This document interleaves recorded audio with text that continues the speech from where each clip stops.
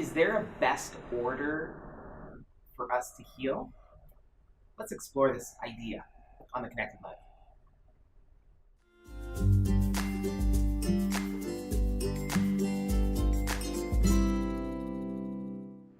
Hey, welcome to the Q&A segment of the Connected Life. I wanted to read a question that we have from Jade. Jade asks, do you think there is an order for which one should do things to heal? Wow, that's a cool question. So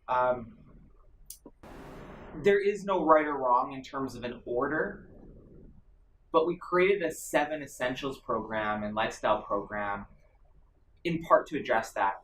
And so I thought, if there is a place to start, where ideally would we start? And I think the question then is asks, okay, what are the absolute most essential things that we do in order for the system to work effectively? Well, if you go back to the birth process, when you're born, there's a few steps that nature has to bring about survival for the body and for the species, for the organism.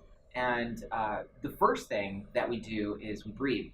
Now, if you think about this in kind of a reverse order, breathing, if you hold your breath maybe for 2, 3, or 4 minutes, if you were restricted from oxygen for that period of time, chances are you're going to start passing out, even potential death. So your body can't live very long without oxygen.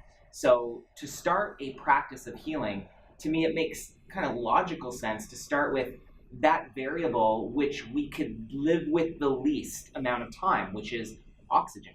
So why don't we start to breathe? And so that's why we utilize in my practice and teachings a lot of breath work, because breath to me is a first element to be able to induce a new response, a survival response, a healing response inside the body.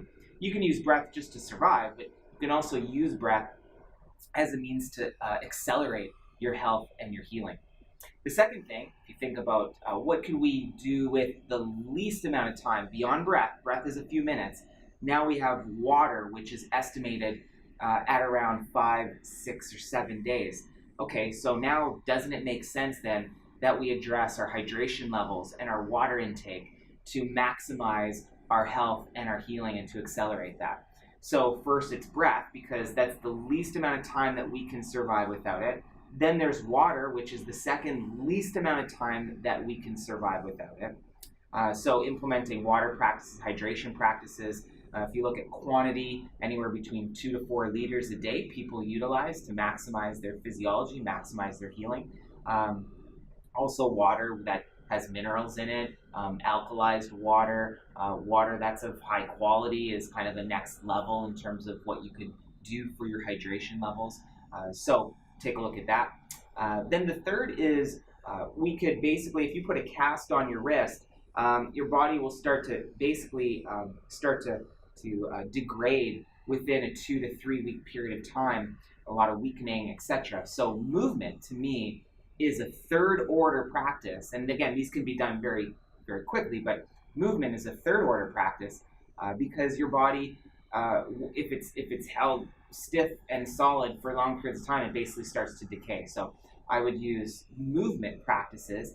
So that means walking, it could mean hiking, it could mean biking, it could mean fitness, it could mean body-centered practices like chiropractic practice, it could be acupuncture to move energy, but movement, I'd be thinking movement for that third type of modality for healing response. So first is breath, short time frame, only 2 minutes, 3 minutes, 4 minutes, 5 minutes max probably for most people before the system shuts down.